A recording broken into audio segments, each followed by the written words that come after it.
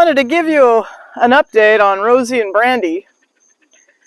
Yesterday, we went to a herding dog instinct test, and I took Rosie and Brandy's. We like to take our dogs to different activities that we think they might be interested in, and Rosie and Brandy had never been anywhere. They'd never had a day just set aside for them, so we decided to take them to a herding dog instinct test, and they gave demonstrations with Sheltie, tiny Sheltie. This thing wasn't any bigger than a Chihuahua, herding turkeys. It was amazing. And they had all these different dogs there, so it was very interesting. But what happened with Rosie and Brandy is, because of the way that they've been trained, walk when I walk, stop when I stop, keep 4 on the floor, and do not get distracted by anything in your environment, they absolutely ignored everything. This is what they did. Just like this. And there were dogs, and there were people, there was food, and there were turkeys, and there were sheep. And I was blown away by these 2 dogs because they 100% tuned out the environment, and they did this. Walk when I walk, stop when I stop, keep 4 on the floor. So we had them sitting ringside to watch the dogs ahead of them do the instinct test, because sometimes when dogs watch dogs do things, they go, oh, okay, you know, I see that's what I'm supposed to be doing. So we watched some instinct testing. We watched this one border collie. It was so interesting because that dog was not at all interested in the sheep, and so the handler, the trainer, was handling the dog, and she told the owner to come in and go grab one of the sheep, which he did. He grabbed the sheep, and it struggled with him for a minute, and man, that border collie turned on, and it went right. It was like a switch was flipped in its brain. So I'm like, okay, so Brandy and Rosie, but see, they weren't really watching. They were doing this.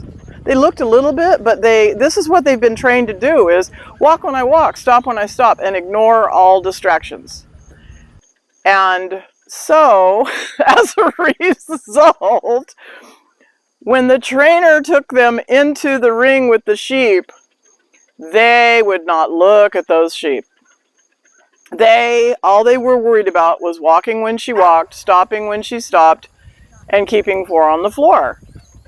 And so I told them this, and they said, well, we have dogs that'll walk by our sides, but they'll still turn on to sheep. And I'm going, no, you don't understand. I've spent their whole life teaching them to ignore everything in the environment.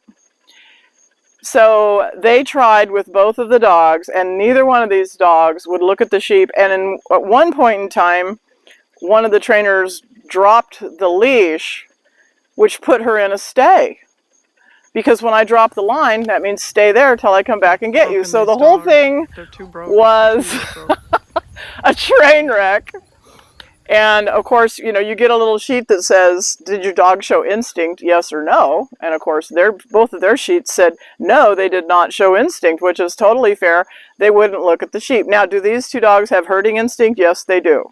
But they did not show it at the evaluation. But one of the gals was an obedience judge. And so they said these dogs were so unbelievably leash trained, they hadn't seen anything like that, and that they should be doing competition obedience. So I'm just sharing this video with you because when you're training one thing, you have to think about the things you might possibly be leaving behind. Now, I don't have big sheepdog aspirations for these dogs. I have Canada Goose control aspirations for these dogs, but we just took them there because we thought they might have fun and it would be a fun day for them. But I guess the message to this video is, you know, you might be sacrificing one thing, training for another, if that makes any sense. I mean, I trained these dogs, plus I trained these dogs extra hard because I was using them for demo dogs. From the channel, if you go back and look at my table training, and I mean, I started them on impulse control when they were tiny.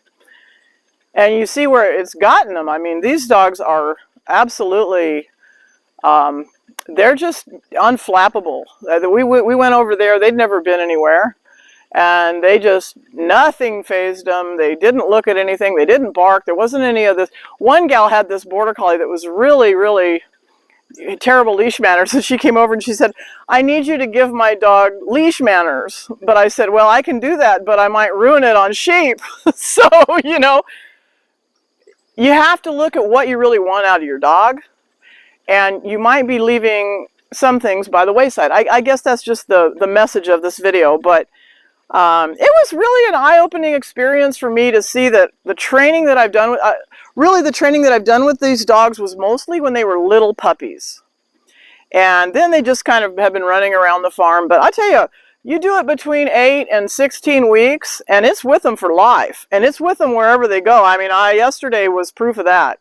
They wouldn't look at anything in that. Well, they'd look, but then they just look away.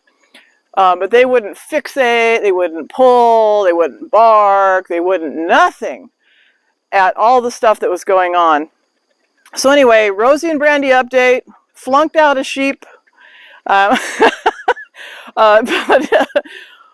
you know, that's not really their future anyway, and probably they could be, possibly, I don't know, taught to do it, or that maybe their brain would switch on under some circumstance. We tried, my husband went in and grabbed one of the sheep. They said, grab one of the sheep and make it kick, and he was doing that. These dogs were like, no, we don't want any part of that, because we've been taught to walk when we walk, stop when we stop, keep 4 on the floor, and they've been taught to leave my little Aussies alone, leave the ducks alone, leave the chickens alone, leave the horses alone.